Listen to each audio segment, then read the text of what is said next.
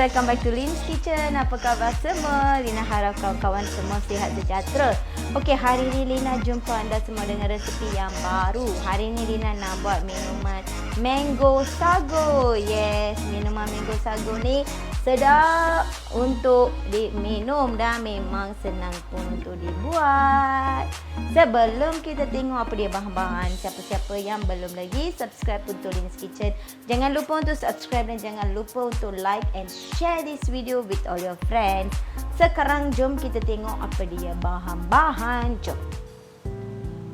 Okey, main di sini Lina ambil 2 biji buah mango. Okey, mango ni yang mango harum manis. Okey, and then sago, kita perlukan sago. Dan selain sago, kita perlukan ais batu, santan, and then gula.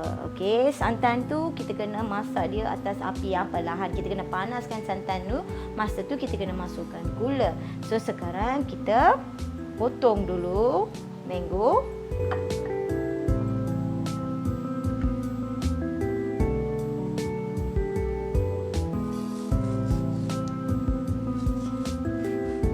Memang mango ni betul-betul manis. Lina pilih yang betul-betul manis.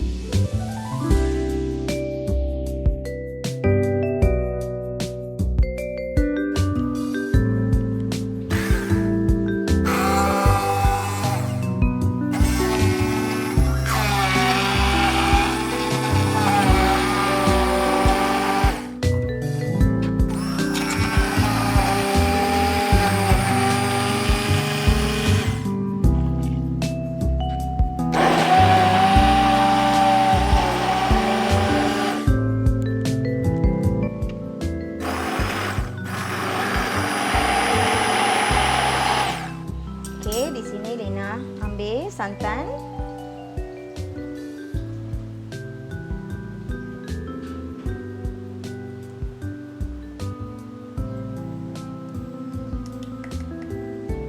Okey, santan ni pekat. So Lina nak mix dia dengan sedikit air. Ni 1 cawan je santan.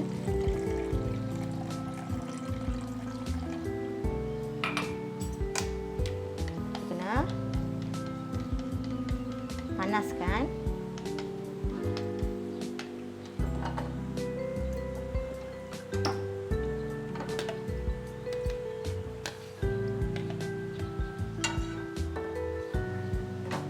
Okay, kita just panaskan sahaja ya.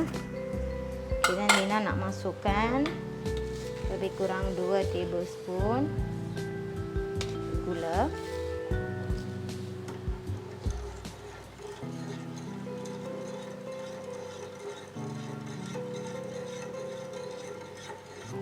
Okey, once susu santan dah warm, okey, kita boleh tutupkan api. And then sekarang kita tengok cara-cara untuk menyediakan minuman mango sago.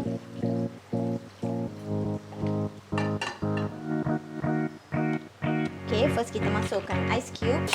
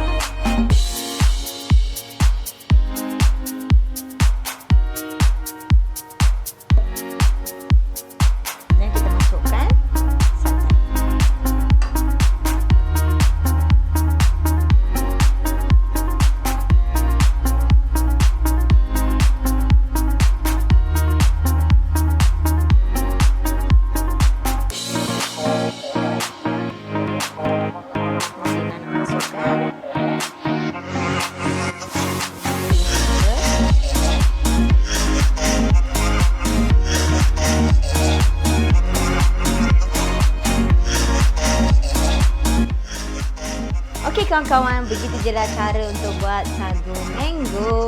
Yang ni memang senang kan untuk buat. Kalau tak percaya, buat kat rumah dan jangan lupa untuk komen. Okey, Lina harap kawan-kawan akan cubakan resep ini kat rumah. Lina jumpa anda semua besok dengan resepi yang baru. Selamat mencuba. Bye-bye.